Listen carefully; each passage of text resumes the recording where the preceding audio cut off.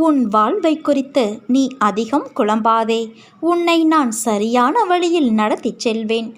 தூரத்திலிருந்து உனக்கு அழைப்புகள் வரும். அது உனக்கு நன்மை செய்வதற்காக வரும்.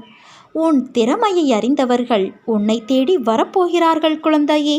நீ தைரியமாக இரு. உன்னுடைய மதிப்பும் மரியாதையும் உயரப்போகிறது.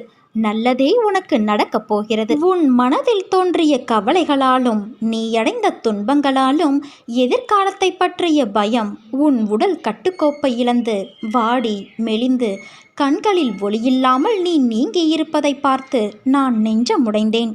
குழந்தையே, நான் உனக்கு என்னை வெளிப்படுத்தி கொண்டு ஒவ்வொரு நிகழ்விலும் உன்னோடு இருப்பதை உறுதிப்படுத்தி கொண்டே இருந்தேன். இப்போதும் அப்படித்தான் இருக்கிறேன். ஆனால் என்னை காணவில்லை என்றும் உன்னை கைவிட்டு எங்கோ மறைந்து கொண்டேன் என்றும் மனதிற்குள் நினைத்து கொண்டு என் மீது நீ வெறுப்பு காட்டுகிறாய்.